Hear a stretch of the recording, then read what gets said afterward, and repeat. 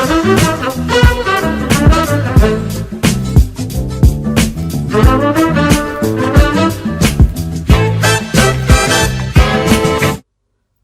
datang di Lini Podcast, ngobrol lebih dekat tentang gaya hidup sehat. Halo teman sehat, bertemu lagi dengan saya Ahmad. Dan semoga teman sehat belum pada bosan ya ketemu saya terus. Nah, kita masih nih di edisi spesial Ramadan. Dan kita masih akan terus membahas tentang puasa dan manfaatnya bagi kesehatan. Di episode sebelumnya kita sudah membahas tentang puasa ternyata benar loh bisa menurunkan berat badan bagi yang melaksanakan dengan baik. Nah, hari ini kita mau ngomongin apa ya? Hari ini kita sudah ada topik yang tidak kalah menarik dari sebelumnya, yaitu apa ya baiknya puasa bagi lambung dan usus? Penasaran pastinya. Untuk menjawab itu semua, kita sudah kehadiran Prof. Hardinsyah, Guru Besar Ilmu Gizi FEMA IPB University dan Ketua Umum Perjepangan Indonesia. Selamat datang Prof, gimana kabarnya? Kabar baik. Kak Ahmad gimana kabar? Alhamdulillah, baik juga Prof. Belum bosan Prof ya ketemu Ahmad lagi gitu Prof. Belum ya, baik Prof. Baik Prof, nah kita mau ngomong-ngomong nih tentang lambung dan usus Prof. Sebelum kita kaitan dengan puasa, mungkin boleh dong Prof tahu nih Prof, sebenarnya fungsi lambung dan usus itu apa sih Prof? Ya, kaitannya dengan pencernaan ya. Semua makanan minuman yang kita makan setelah melewati mulut kerongkongan pasti dia melewati lambung ya. Dan lambung itu tempat di mana mulai proses pencernaan secara kimiawi. Kalau di mulut kan itu secara fisik ya. Meskipun juga ada juga sih enzim mulai bekerja tapi dominan fisik. Tapi kalau di lambung dominan pencernaan itu secara kimiawi, meskipun juga fisik ada sedikit ya. Dan menghancurkan berbagai makanan tadi menjadi komponen-komponen yang lebih kecil. Kalau karbohidrat ya dipecah menjadi glukosa. Kalau protein dipecah menjadi asam-asam amino. Kemudian lemak menjadi asam-asam lemak ya. Begitu juga kalau tadi vitamin dalam matriks terikat, dia akan diurai, dan juga mineral dan lain sebagainya. Kalau air ya lebih cepat biasanya, tinggal lewat gitu ya. Nah kalau gitu Prof, kalau kita ngomongin soal puasa, apakah kita kan nggak makan nih Prof. Nah apakah kerja lambung dan usus ini berubah gitu Prof kalau saat puasa Prof? Tadi baru kita bicara fungsi lambung ya. Kalau usus ya lebih banyak sebenarnya fungsi menyerap, bahwa ada bagian-bagian yang masih diproses oleh enzim ya, tapi umumnya di usus halus sudah tempat penyerapan. Kalau nanti masih ada yang belum terserap, maka pada bagian pangkal usus besar itu masih ada penyerapan di sana. Di samping usus besar lebih banyak nanti bagaimana air ditarik, kemudian bagaimana sisanya nanti untuk dibuang, sambil di sana terjadi proses pembusukan kerja dari berbagai jasa renik mikroba ya. Oke, jadi pertanyaan berikutnya apa tadi? Kalau kita puasa, apakah bedanya dengan tidak puasa? Benar, Prof. Ya, tadi apa yang Bapak katakan, ketika kita tidak berpuasa, maka apa yang dimakan tadi kan akan diproses seperti yang tadi dikatakan. Tapi ketika berpuasa, tentunya sampai jam tertentu itu tentu setelah imsak diproses ya. Ada yang makanan tadi dalam waktu hitungan menit, kalau dia tadi glukosa air ya lewat ya, tergantung suhunya. Kalau suhunya udah sama dengan suhu tubuh ya tentunya dia lewat untuk terus penyerapan di usus halus. Tapi kalau tadi dalam bentuk yang memang perlu dicerna dalam partikel-partikel molekul yang lebih kecil, tentunya diproses. Nah, ketika kita tidak puasa, umumnya kan kita sekali 4 jam ya, tergantung lah. Ada orang yang snack ya, sarapan jam 7, jam 10 snack, nanti jam 1 makan, nanti snack lagi. Sehingga berarti organ pencernaan mulai dari mulut, kerongkongan, lambung itu selalu bekerja kan. Nah, ketika puasa itu ada masa di mana pekerjaan lambung dan usus tadi minimal sekali. Mungkin mengolah yang masih tersisa yang lama, yang sulit. Kalau kita banyak makan daging ketika sahur, bisa jadi itu masih di dalam proses sampai siang hari ya. Tapi secara umum kalau kita tadi udah membatasi makan malam kita juga dan kita makannya tadi beragam, tidak hanya semata daging ya yang tadi sulit untuk dicerna, maka relatif sebenarnya setelah jam 1 siang sampai sore kerja lambung kita ringan.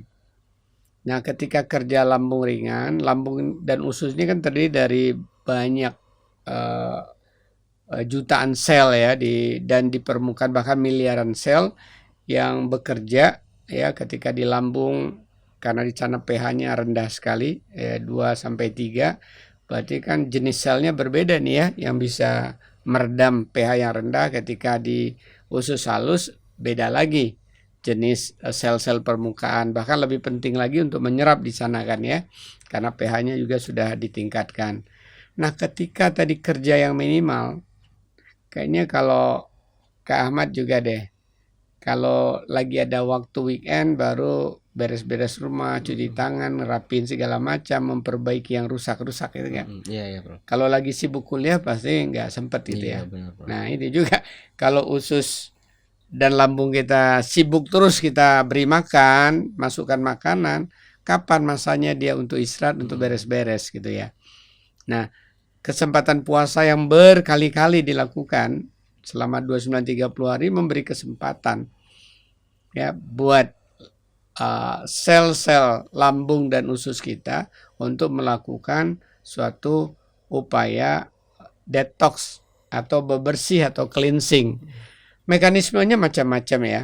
Ada mekanisme otofagi yang kita udah pernah bicarakan pada sesi yang lain, di mana ada namanya fagosom, sel yang memakan sel-sel yang tidak berguna, yang lansia.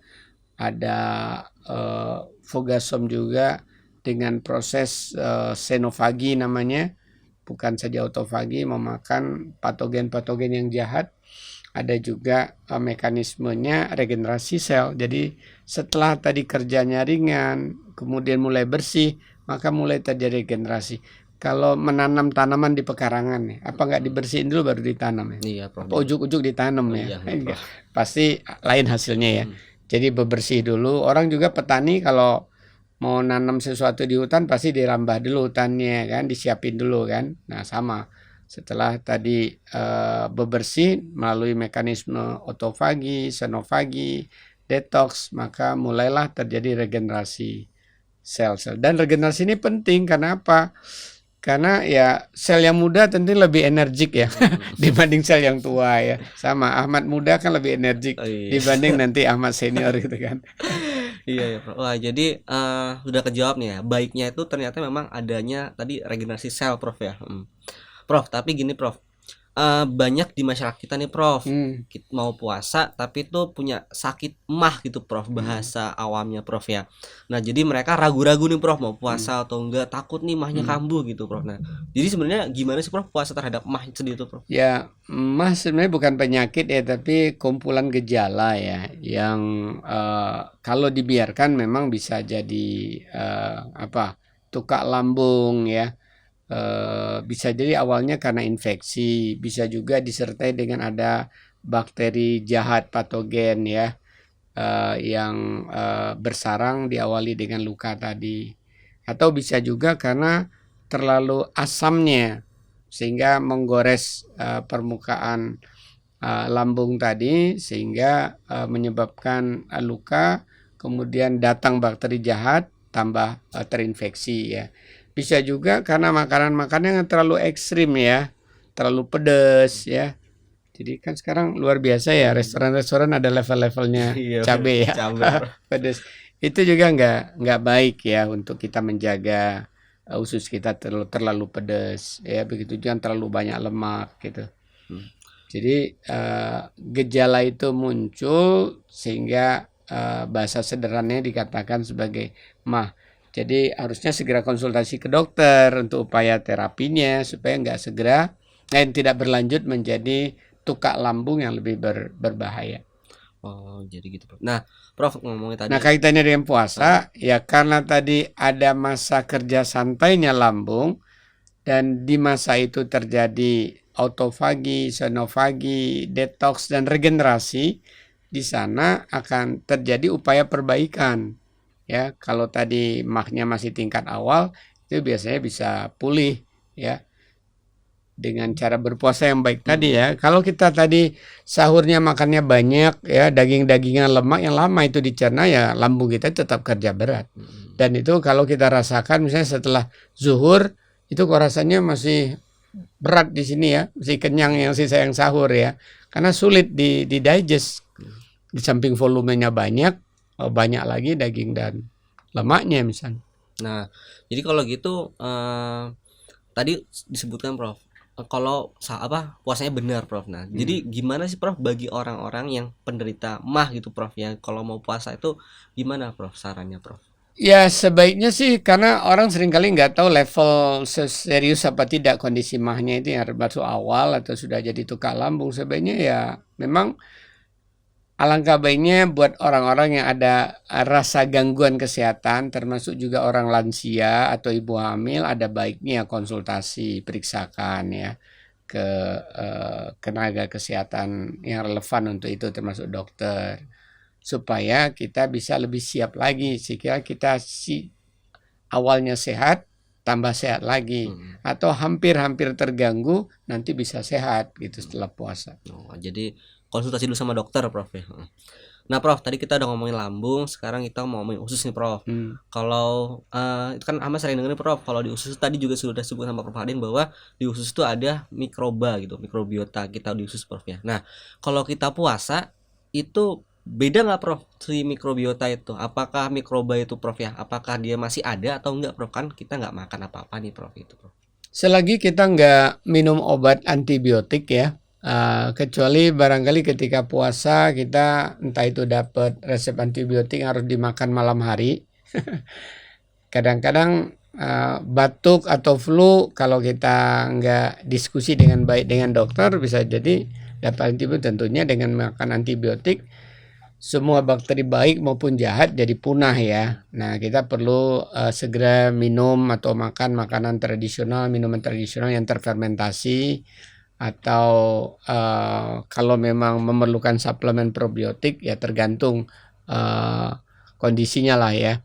Tapi lagi-lagi puasa itu bisa saja kalau tadi ada antibiotik dikonsumsi memunahkan. Tapi dalam kajian yang ini bukan orang yang minum antibiotik, dalam kondisi normal orang-orang yang berpuasa baru aja publikasinya. Tapi sebelumnya di intermittent fasting tanpa mengikuti puasa Ramadan berhari-hari intermittent fastingnya juga itu memperbanyak ternyata bakteri kelompok Lactobacillus bahkan juga kelompok Bifido yang kita tahu kelompok Lactobacillus ini banyak komponen spesies bakteri baiknya, bahkan banyak yang diisolasi menjadi probiotik ya.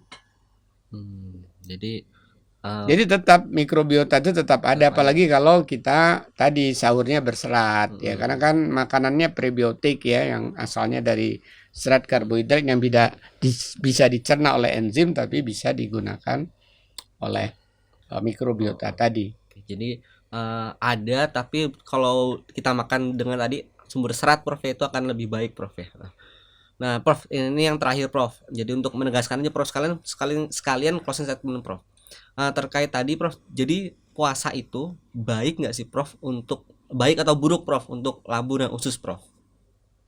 Pada prinsipnya puasa itu baik dan memperbaiki lambung dan usus ya, memperbaiki sel-selnya, memperbaiki kinerja lambung dan usus. Tapi lagi-lagi tentunya cara berpuasanya nggak bisa asal-asalan ya, asal makan kenyang dari berbuka sampai sahur, kebanyakan tadi yang protein, lauknya atau dagingnya, kalau kebanyakan itu kan juga menyebabkan kerja usus sama aja nggak bisa santai. Padahal syaratnya tadi harus sedikit yang berada dan santai dia, sehingga terjadilah upaya jalur otofagi, jalur senofagi, jalur detox ya, kemudian regenerasi sel. Ya, baik, demikian teman sehat, kita sudah mengenalkan bagaimana manfaatnya puasa bagi lambung dan usus. bagi teman sehat yang puasnya dengan baik dan benar, kemudian dengan sahur dan makanan yang baik, itu akan meningkatkan, memperbaiki gitu lambung dan usus juga, sehingga yang punya masalah mungkin akan lebih baik seperti itu. Nah, terakhir mungkin Prof boleh closing statement, Prof? Ya, baik. Topik kita pada hari ini tentang apakah puasa bisa memperbaiki kinerja lambung dan usus. Prinsipnya kalau kita melaksanakan puasa dengan baik dan benar, apa artinya dalam baik dan benar? Tidak makan berlebihan, bahkan kita bisa mengatur defisitnya terjadi kurang dari yang biasa kita makan di luar bulan puasa, dan kita gunakan upaya sahur tadi tidak terlalu banyak makan makanan yang sulit dicerna dalam arti daging dan lemak-lemak yang jenuh, maka sebenarnya kita memberikan kesempatan kepada lambung dan usus kita untuk bekerja minimal di siang hari sampai sore hari. Dan dengan bekerja minimal santai lambung dan usus kita, disinilah sebenarnya proses-proses yang pernah kita bahas pada topik sebelumnya tentang otofagi, sonofagi, detox, ya, yang kemudian pada gilirannya adalah terjadi regenerasi sel, termasuk regenerasi sel-sel di lambung kita, regenerasi sel-sel di usus kita, yang akhirnya kalau itu terjadi setelah berhari-hari puasa akan meningkatkan kinerja lambung, pencernaan kita jadi semakin baik, kita bisa tercegah dari MAH, bahkan MAH yang ringan tadi bisa jadi sembuh. Kemudian ketika di usus, permukaan sel-sel sel-sel permukaan di usus kita itu semakin baik kinerjanya dalam menangkap berbagai zat gizi, dalam bekerja sama dengan para jasad renik yang ada, begitu juga di permukaan usus besar, sehingga baik lambung kita, usus kita kerjanya lebih baik lagi, dan kita bisa lebih sehat lagi, termasuk imunitas kita semakin baik, karena salah satu kunci imunitas adalah kerja usus kita, termasuk bersama dengan mikrobiota yang baik. Baik, demikian Lini Podcast pada episode hari ini. Jangan lupa untuk terus setia menyaksikan Lini Podcast eksklusif di channel YouTube maupun Spotify Lini Sehat.